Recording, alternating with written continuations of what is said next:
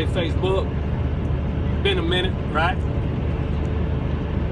This week I've been talking about faith, you know, and I told you I've been in the classroom of faith. You know, there's a lot of people out there in the classroom of faith. You know, we in God's classroom every day that you're allowed to wake up, you know, and see another day, because that's His grace and that's His mercy upon our lives. But I was just sitting here, you know, as I was driving, you know, and, you know, as we go through our test and our trial, you know, like Paul said, he said that he learned to be abased and abound in his infirmities, meaning that he learned to be content in whatever he was going through, right?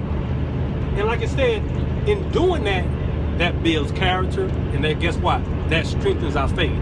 But we must have the faith, though, to be abased and to abound, to be content in our trial and in our circumstance, knowing that God is with us every step of the way, that His glory is set upon us. And over there in Peter, because Peter said this, Peter said, I take pleasure in my infirmities, to know that the glory of God rests upon me. And also knowing that Peter said that when he was going through his infirmity, his circumstance, his trial, or while his faith was being tested, he knew that God's glory was resting upon him. Amen? That God was with him every step of the way. Because you remember over there in Peter, it talked about when Peter was asking God to remove the thorn away from him. You know, he asked him 3 times to take this thorn away. We don't really know what that thorn was, but we knew that it was an infirmity, a circumstance. But God said this. He said, your grace, God said, my grace is sufficient for your every need. But He didn't remove the infirmity. He didn't remove the circumstance. He didn't remove the trial from Peter.